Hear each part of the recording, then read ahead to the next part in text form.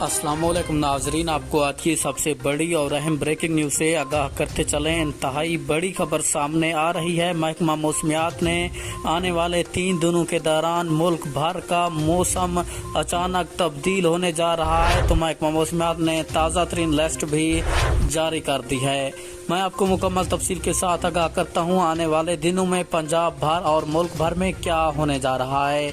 बड़ी तब्दीली देखने को मिली है आने वाले 3 दिनों के दौरान, तो आपने सबसे पहले वीडियो को लाइक और चैनल को सब्सक्राइब करना है ताकि आपको हमारी नई वीडियो का नोटिफिकेशन सबसे पहले और बआसानी मिलता रहे।